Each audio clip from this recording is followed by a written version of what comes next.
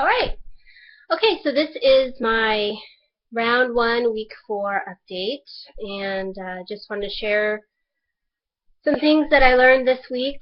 I really feel like the weight loss apocalypse has somehow been able to bring around different things that I've learned over the years from different books and different programs, having been a child of abuse and I was never able to be myself, so I spent my whole adult life trying to figure out how to tease apart that messy ball of yarn of what is me and what is what I was told I was supposed to be, and what are false beliefs and what are true beliefs. And I've done a lot of programs and read a lot of books, and I tried counseling a couple times, but I just don't connect with the type of people, I guess, that become like psychologists. They're touchy-feely and emotional, and I have had trouble accessing my emotions, so I don't connect with them and I don't trust them, and so it hasn't been helpful to me.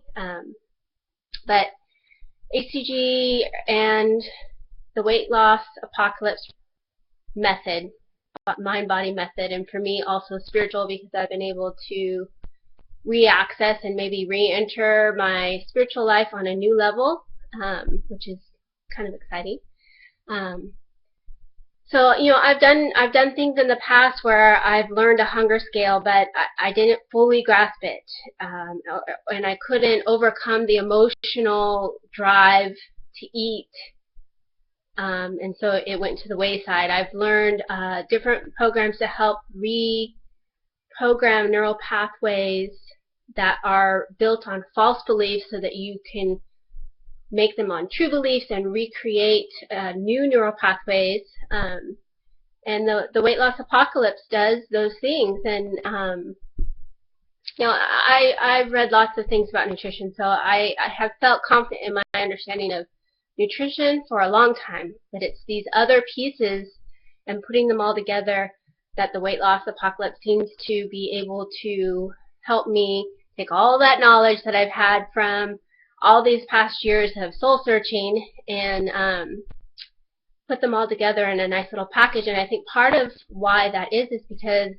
the drops and the very low calorie protocol are almost like a microscope on your eating patterns and why you eat, because you're not hungry, you're not physically hungry, because the HCG takes care of the majority of that. Every other kind of hunger and appetite that comes up is there for you to observe. Why do I want to eat this, and why do I want to eat it now? And that's just a powerful, powerful tool. And so this week it's been able to allow me to really look at my menstrual cycle, and leading up to ovulation, I knew that I had certain things that happened at certain times of the month, but I can never pinpoint exactly what that pattern was, because I was always either self-medicating with food and alcohol or giving into a craving that came about during that period of time, and so I couldn't figure out what was related to PMS or my menstrual cycle and what was related to the junk I was stuffing in my body. Am I retaining water because it's part of my cycle, or am I retaining water because I just ate a bag of chips, or half a bag of chips, or whatever it was.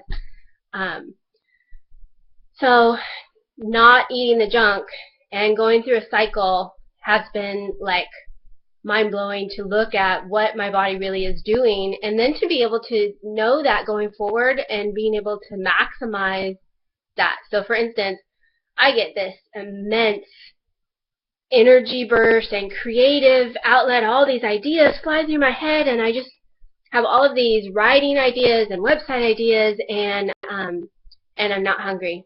I went a day and a half without eating because my hunger never came on the drops during this time period, and that was a little bit weird. I'm like, no, not hungry. And every few hours or every time my kids were eating, no, I'm still not hungry. But I had all these creative ideas and all this energy, and I was able to put that into action. I was able to finish some projects that I had on my plate, like my business website. I had to revamp that, and I have a personal blog that I write called preachingtomyself.com, and I was able to revamp that the way that I wanted to. So seeing that, and then seeing as, like, I'm pretty sure, like, as ovulation, like the day of ovulation, my energy went back down and my hunger came back up. And I was also irritable and retaining water and antisocial. I just wanted to be by myself. I get very sensitive to noise and the kids just regular chattering, which is not wrong, but it just drives me over the top. And so to see that those are related to my cycle was helpful, and to set them up with some activities of their own while I went and did some activities of my own separate from them. And then I had to go and I had to humble myself and apologize to them, because I always tell them that you can have feelings, you can be sad and mad, but you're still accountable for how you act. You're still accountable for how you treat people when you have those feelings. And I did not treat them very nice when I was irritable and edgy, so I had to apologize to them. And so this protocol and all of the phases, I think, bring their own powerful tools to light. So I have 2 more weeks of this, and I am anxious to see what more I'm going to learn during this round in this phase. And thinking ahead to phase 2 and phase 3, sorry, I was looking at my notes,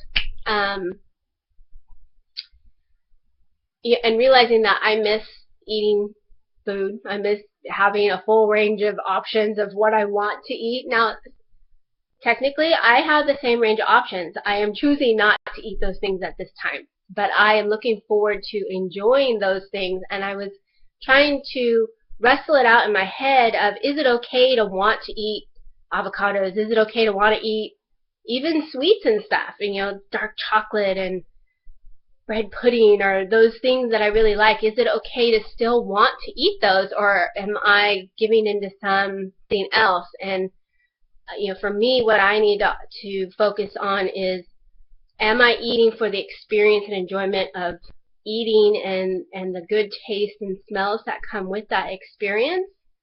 Or am I wanting to use that food as a medication for a feeling? Because one's okay and the other is not.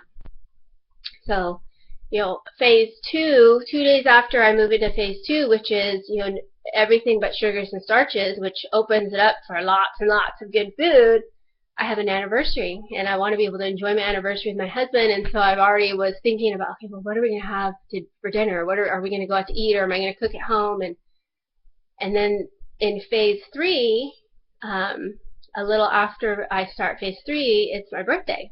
And so starting to think about, oh, am I going to go to my favorite restaurant, order my favorite things, and am I going to be able to eat not too much, but only until I'm just not full but content? And then realizing that I really need to be planning more of, what do I want to do with my husband on our anniversary? And then the food can be a side note to that. We can still enjoy it, but it shouldn't be the main deal. Same thing with my birthday. What do I want to do for my birthday? And the food and the eating and enjoyment will be a side note to that, not the main deal of the day. So I'm still wrapping my head around those things. And the other things is, I find it very interesting the way that my body is changing. So I know that I've lost weight. I stopped weighing myself about a week and a half into this round, because it was not healthy for me to keep judging myself by the scale. And so I know that I've lost weight. I don't know how much. I'll find out at the end of the round. But I know I see differences in my body. And the most impactful place that I've seen it is in my core, around my ribs, around my waist, in my abdomen, and I've definitely, I know I've lost the most inches in that area. And until this week, I really had not seen or noticed a big difference in my pants. Like, my pants were still pretty much fitting the same, and I was a little bit frustrated with that, because I know that there were changes that had happened to my body. And then this week, I noticed more changes in the way that my pants were fitting, and so just out of curiosity, I grabbed some pants that have been too tight for a couple years. They're not like size 6s or anything like that. In fact, I've never owned a size 6. I think the smallest I've ever owned was maybe a size 10. But these ranged, they were like junior size 17 to women's, or regular woman's, not plus size, but regular woman's size 14. And they all fit. And the 14s were a little snug, but they fit. I zipped them up. So that was encouraging. But just interesting the way that it comes off, and that it comes off in its own, in a different way than other times when I've lost weight. Other times I've lost weight in other areas, like my chest area, and I have lost some, but not as dramatically as I have in the past. So very interesting.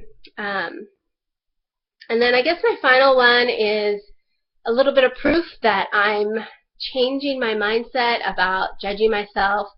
In my last video, I had put in the notes, I don't remember if I said it in the video itself, but in the notes I said I was going to have my blog up by this week. By the next video, I said I will have my blog up and running by the next video, and I did not meet that deadline. And the old me would have not done this video until that website was done. So I would have worked and worked and worked and worked today to get that blog finished and up and going, and then did my video. But that would have been inauthentic. I always do my video at kind of the same time, Monday morning, whenever I can, and so you know what, I missed the deadline, and I'm not judging myself for it. I'm not pretending to be something I'm not. I did get a lot of other stuff done this week. I got my my work website up and going. It had been in revamp mode for probably a couple months, and so simplyhelpful.com is back up. My personal blog, I made a new logo and I revamped it, and it's back up, preachingtomyself.com. And this one, I'm almost positive I'll have it up by the next video. I'll probably have it up in the next couple of days, but I don't know. I want to spend some time with my kids before they go back to school, and that's my priority. So if it does not get done, it does not get done. I'm not going to judge myself, and it's not like people are knocking at my door, pounding and demanding that my blog be up. So prioritizing what's most important versus what I think someone might think of me is a change for me, and I'm happy to see those changes. So I will report again next week, and hopefully I'll have new things that I've noticed and seen because of the microscope of the protocol and the method, and I hope that you all have a great week too.